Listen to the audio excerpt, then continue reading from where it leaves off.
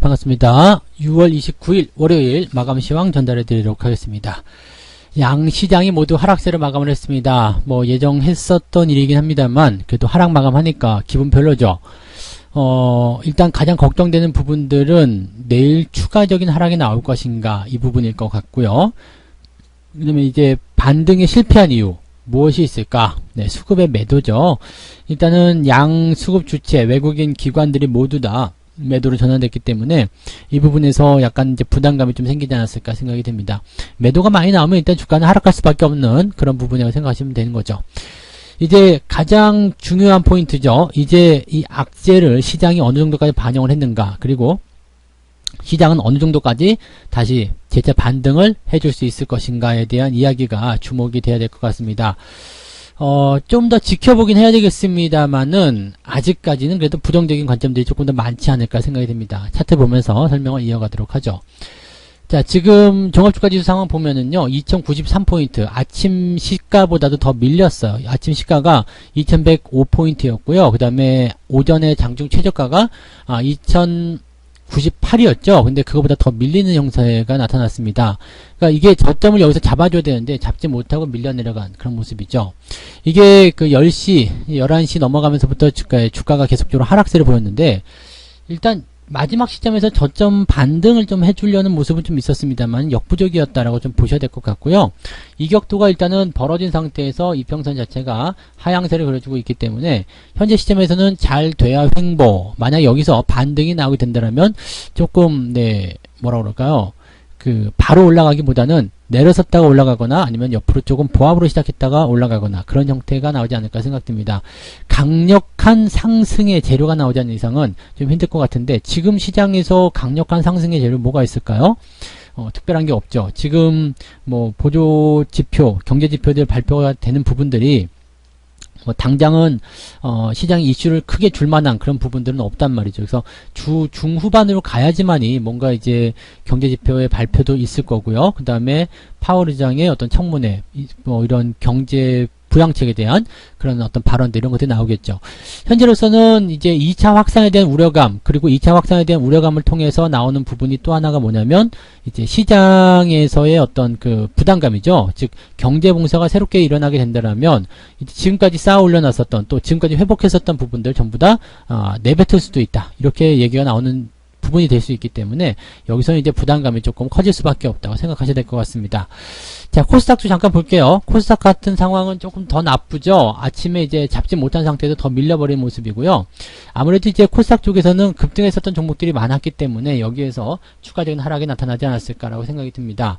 현재 저점 지지에 대한 포인트는 역시 마찬가지로 나오고 있습니다만, 마찬가지죠. 이평선대가 워낙 하방으로 밀려 내려가고 있는 상태라서 지금 시점에서 반등이 나온다거나 횡보가 된다거나 이렇게 보기는 조금 어렵습니다. 그래서 마찬가지로 코스닥 같은 경우도 이제 반등이 나온다면 아주 강력한 호재성 재료가 나오거나 아니면 밀렸다가 올라가는 형태로 가지 않을까 생각이 좀 듭니다. 일봉상에서 캔들을 보게 되면은요, 지지선은 일단 유지가 되고 있는 상태입니다. 730포인트 정도에서 유지가 되고 있는 모습이긴 한데, 이 부분이 이제 내일 어떻게 작용을 하게 될 것이냐는 부분이 될 것 같고요. 현재 이제 추가적인 하락이 나오게 된다면 이 이평선대가 지금 정배열이지만 역배열로 또 진행될 수도 있습니다. 아직은 이격이 많기 때문에 횡보가 나온다거나 아니면 주가 조정이 좀 나오더라도 거기에 대해서 이제 지지선에 대한 역할을 좀 해주지 않을까라고 생각은 되고 있습니다만, 글쎄요라는 판단이 자꾸 드네요. 그러니까 단기적인 관점에서 당장 나타날 수 있는 눈앞에 있는 호재가 없기 때문에 아무래도 종목 장세로 가는 상황이 더 연출되지 않겠는가, 이렇게 판단이 되고 있습니다.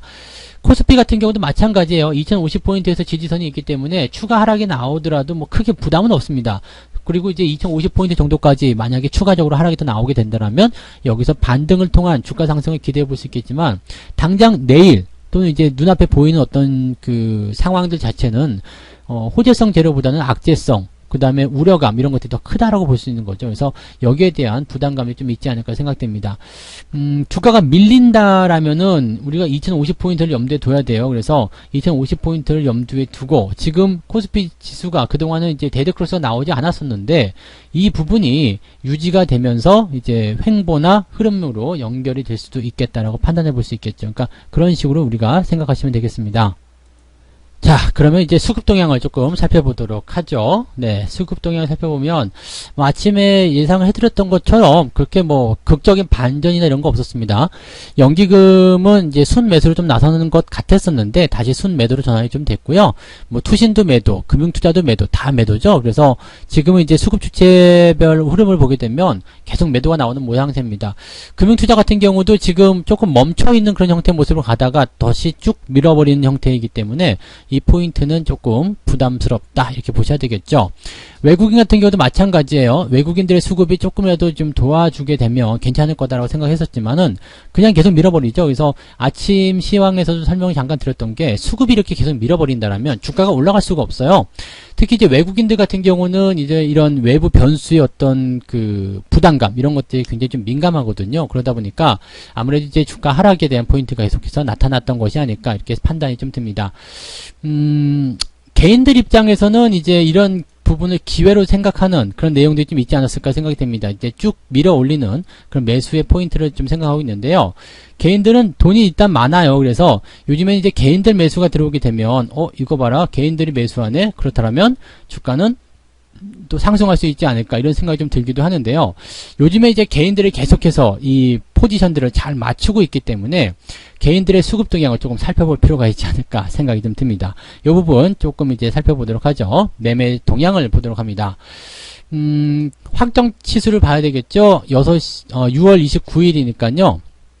현재 시점에서 본다라면 개인들은 레버리지 순 매수가 가장 강하게 들어갔습니다. 인버스 매도했고요. 그러면 최근의 움직임을 봤을 때 개인들이 레버리지를 사게 되면 주가는 상승한다. 이런 효과가 있잖아요. 개인들이 이제 레버리지가 아니라 인버스를 샀다? 주가가 하락한다. 보통 이렇게 많이 움직였단 말이죠. 그러니까 개인들의 매매 동향에서 현재 삼성전자, 레버리지 이런 쪽 매수가 들어갔다는 것은 주가가 또 올라갈 수 있는 거 아니겠습니까? 라는 그런 판단을 좀 해볼 수도 있는 내용인 것 같아요.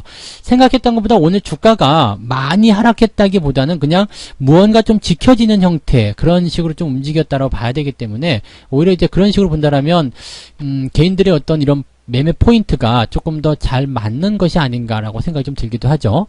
자, 외국인들은 어땠을까요? 인버스 매수가 많이 들어갔네요, 이번에는. 네. 인버스 쪽 매수가 눈에 띄고 있는 모습이고요. 코덱스 200도 같이 사고 있는데, 대형주 쪽에서는 일단은 큰 흐름이 뭐 나쁘게 나타나고 있지 않기 때문에, 인버스에 대한 어떤 해치성 부분을 보실 수 있겠고요. 레버리지 매도가 들어갔습니다. 그러니까 외국인들 입장에서는 주가가 하락하겠다, 이쪽으로 이제 베팅을 하고 있는 것으로 판단이 되고 있는 모습이죠.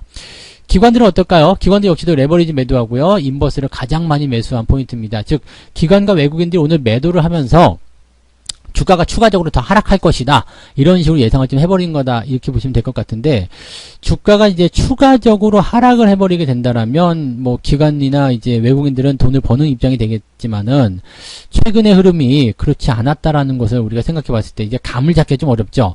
기관과 외국인들, 즉, 수급 주체가 매도를 갖다 밀어버리면, 물론 장중의 장세에는 영향을 좀 줄 수 있어요. 그런데, 다음날 움직임은 조금 다르게 나타나는 경우들이 많이 있더라는 얘기죠. 그래서, 기관이 지금 매도를 해가지고 여기 가지고 이제 걱정스럽다. 사실 이런 부분은 좀 아닌 것 같아요. 그러니까 지금 보면 인버스, 곧버스죠. 그 다음에 코덱스 인버스 또 매도하는 모습, 그 다음에 이런 레버리지를 이제 매도하고 인버스를 매수하는 이런 형태의 모습 같다는 거.